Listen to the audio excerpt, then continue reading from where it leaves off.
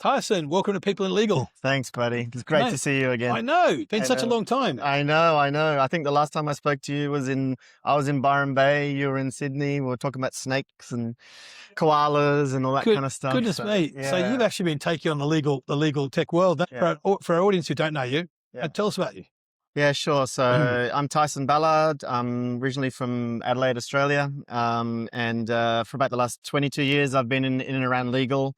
But in January last year, we started Stella Legal. We're a legal technology consultancy on the advisory side, and then we deliver legal services through our law firm, which is headquartered in Phoenix, Arizona. And I'm the CEO and founder. And yeah, really excited to be here in London today. And you guys have been growing really fast.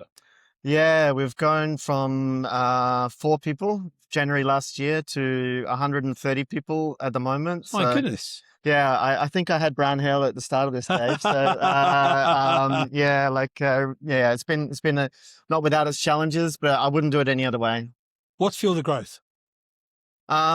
So yeah, that's a really good question. So I think we're obviously riding the whole AI Kool-Aid bandwagon, and I think where we came from delivering kind of measurable outcomes for the investments that people are making in technology on the in-house side, we've kind of just been very trusted in that world through the contacts that we had. So it's been a great journey there.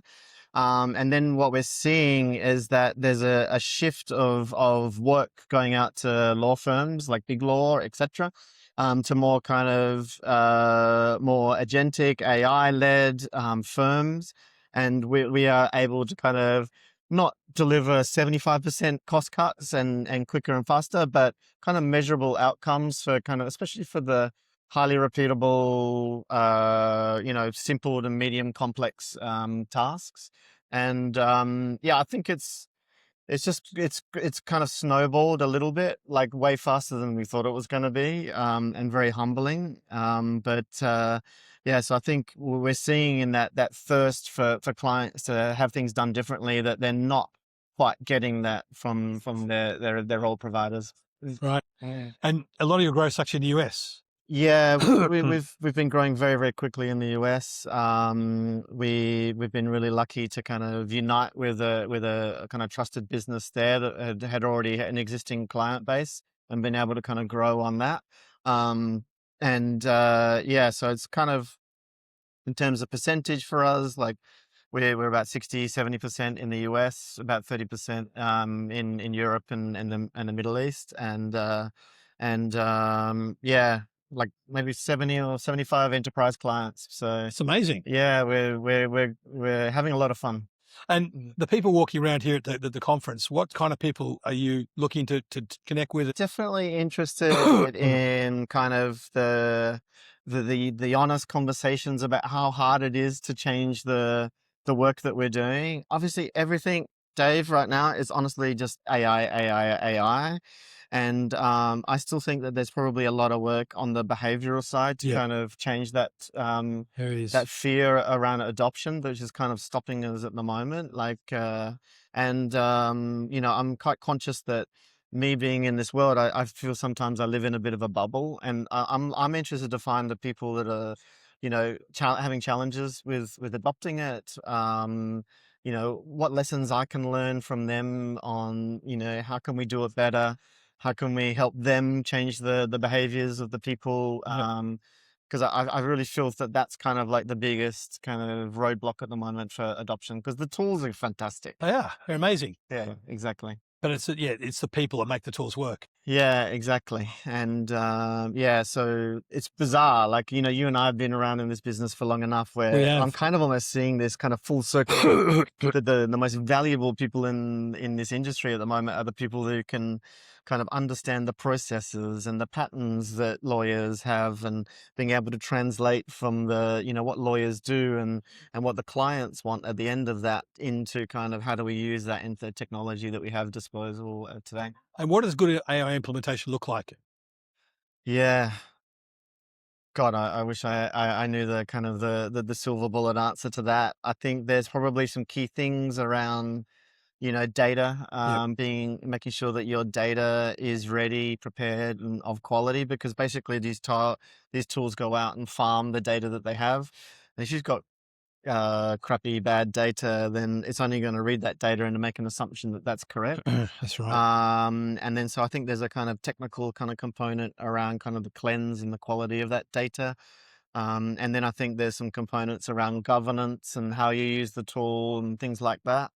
And then there's like, the process mapping and kind of implementation and change management that is kind of around the adoption of those tools. Yeah. And then finally, probably some things around measuring, not only the quality and output of those tools, but then, not relying on the hype of the vendors that tell you their quality is 97%. How do they know? That's right. When you're implementing it in your organization. So I think there's some kind of like defining your own your own objective on what done is looking like in your organization. And what are you seeing as being the trends going forward? So what are you seeing next couple of years going to be looking like? I just came from a great session with my dear friend Kieran on asking about the future of that. I'm very much on the opposite end of doom and gloom. I'm super excited. I think one of the first use cases of AI was radiology, and we've got more radiologists now in the industry than we ever had. Yeah. And I kind of firmly believe that the true purpose of law and lawyering hasn't changed. Like, people still come to that for that trusted advice to solve complex problems.